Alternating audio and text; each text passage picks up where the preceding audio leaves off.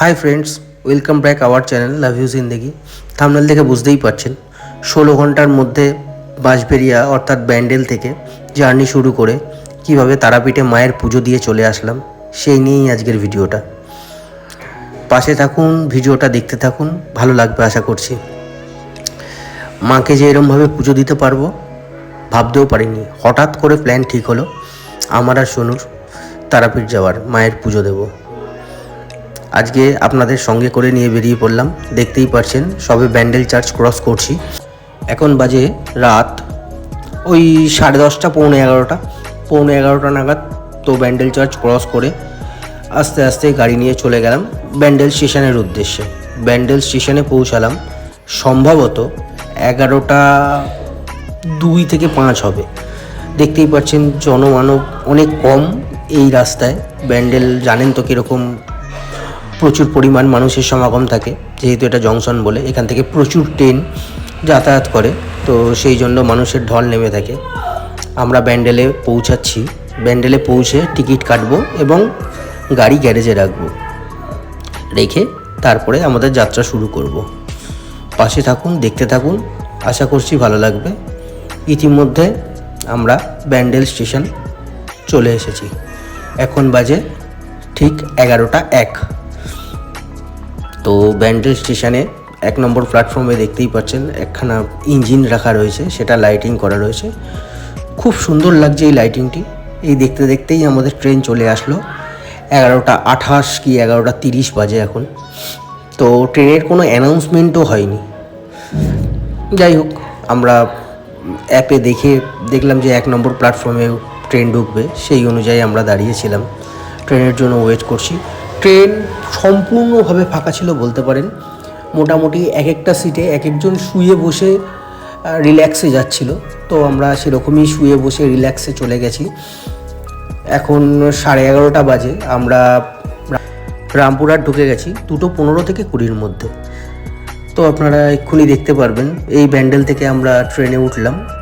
ট্রেনের জার্নি আর আপনাদেরকে বিস্তারিত দেখাইনি। ইতিমধ্যে আমরা রামপুরহাট নেমে গেছি, রামপুরহাট স্টেশন এখন। তো স্টেশন থেকে বেরিয়ে স্টেশনের যে চিত্রটি আপনাদের দেখাচ্ছি দেখুন, খুব সুন্দর। রামপুরহাট স্টেশন,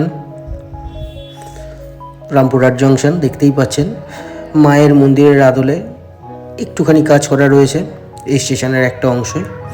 তো সেখান থেকে আমরা বেরিয়ে গুটি গুটি পায়ে এগিয়ে আসলাম অটো ধরার উদ্দেশ্যে।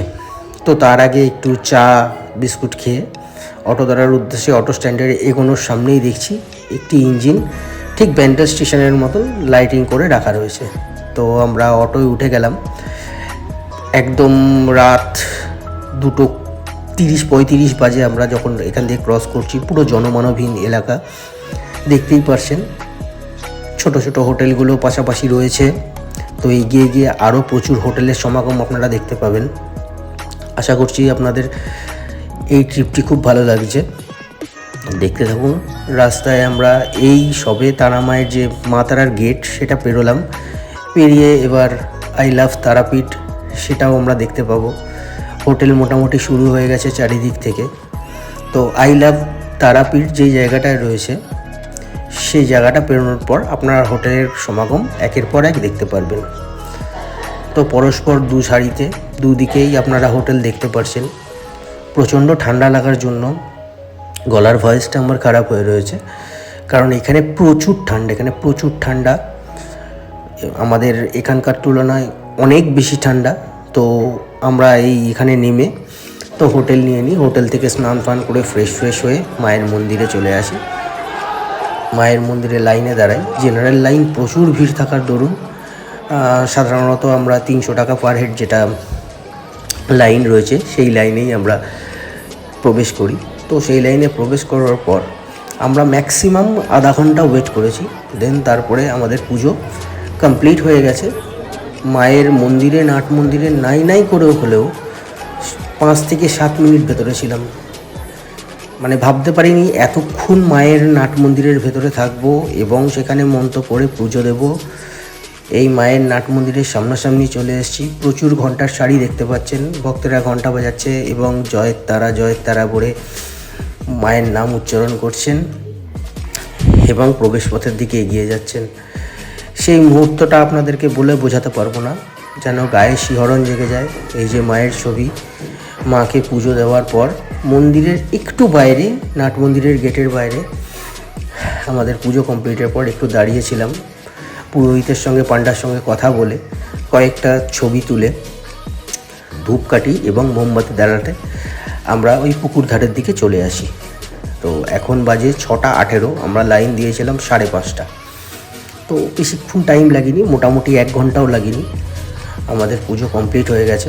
পুজো কমপ্লিট দিয়ে আমরা এখানটায় একটু দর্শন করে একটু দাঁড়িয়ে তারপরে আমরা আস্তে আস্তে এগিয়ে যাই মায়ের যেখানে ধূপকাঠি এবং মোমবাতি জ্বালানো হয়। তো যেতে যেতে দেখতে পাচ্ছেন আস্তে আস্তে জনসমাগম বাড়ছে, যেহেতু সকাল, প্রচুর সকাল, এখন 6:30-35 বাজে, তাতেই এই এতগুলো মানুষের ভিড়। তারপরেও আছে, এটা নারায়ণ মন্দির, নারায়ণ বাবাকে দেখতে পারলেন, বাবা বামদেব। এখানে মায়ের বলি হয়, তো বলিস্থান এটা। তারপরে দেখতে পাচ্ছেন আমরা পুজো দিয়ে কয়েকটা ছবি তুলে এইখানটায় ঢিল বাঁধা হয় যার মনস্কামনা পূর্ণের জন্য। এই যে ঢিল বাঁধা, প্লাস তার পাশেই রয়েছে পুকুর ধারে ধূপকাঠি জ্বালানোর জায়গা। একটা কোণ থেকে মায়ের মন্দিরটা তোলার একটা ছোট্ট প্রচেষ্টা আপনারা দেখতে পারলেন, অসাধারণ লাগছে। দূর থেকে একটু চেষ্টা করেছি, বাইরে বেরিয়ে আসলাম মন্দিরের বাইরে। এখানে প্রচুর পেয়ারা বিক্রি হয়, তো আপনারা দেখে নিশ্চয়ই দাম ঠিকঠাক করেই কিনবেন। মোটামুটি 150 টাকা থেকে 250 টাকা, 350 টাকা এরকম পেয়ারা কেজি থাকে। দোকানগুলোয় পিসে বিক্রি হয়, কিছু বাইরের দোকানগুলোয় আবার কেজিতে বিক্রি হয়। এই যে যারা বসে তারাও আবার কেজিতে বিক্রি করে, আপনারা দেখে শুনে কিনবেন। এখানে রুদ্রাক্ষ ফলও পাওয়া যায়, আপনারা কাটিয়ে নিতে পারবেন। এছাড়াও অনেক রকম বাচ্চাদের খেলনা থেকে শুরু করে মায়ের ফটো, বিভিন্ন রকমের জিনিস আপনারা এই দোকানগুলোতে পাবেন। বেলার দিকে এই দোকানগুলো সম্পূর্ণ খোলে। তো আমাদের যাত্রাপথে পেয়েছিলাম একটি ভারত সেবাশ্রমের মন্দির আমাদের হোটেলের পাশেই।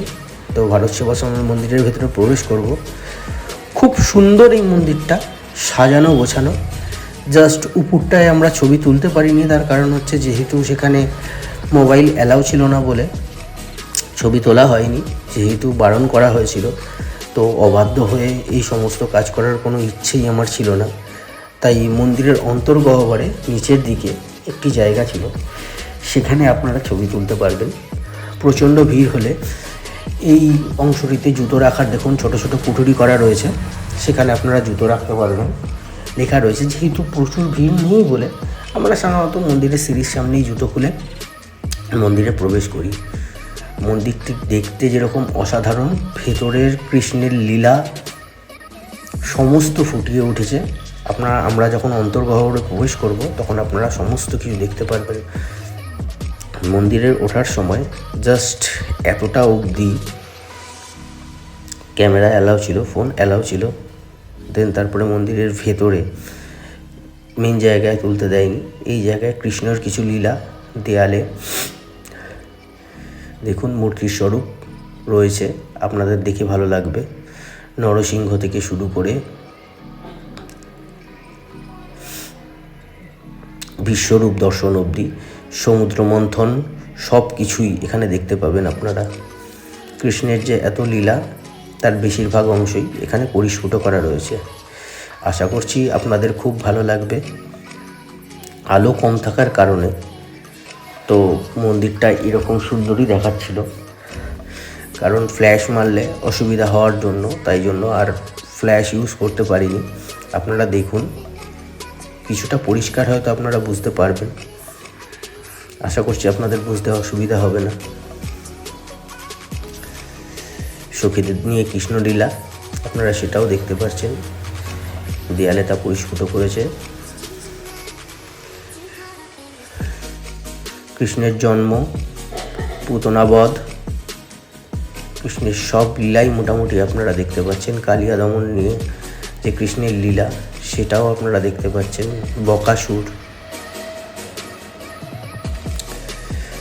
কৃষ্ণের সমস্ত ছোট ছোট লীলাগুলো এখানে তা দেয়ালের মধ্যে পরিস্ফুট করা রয়েছে। আপনাদের দেখলে আশা করি ভালো লাগবে। ভিডিওটি দেখুন এবং সাথে থাকুন। নতুন হলে চ্যানেলটি অবশ্যই সাবস্ক্রাইব করুন, পাশে থাকা বেল আইকনটা প্রেস করে রাখবেন, তাহলে সহজেই বুঝতে পারবেন আমাদের নতুন ভিডিও এলে আপনার নোটিফিকেশানে চলে যাবে। নতুন চ্যানেল, পাশে থাকুন, সঙ্গে থাকুন, আমাদের সাপোর্ট করুন।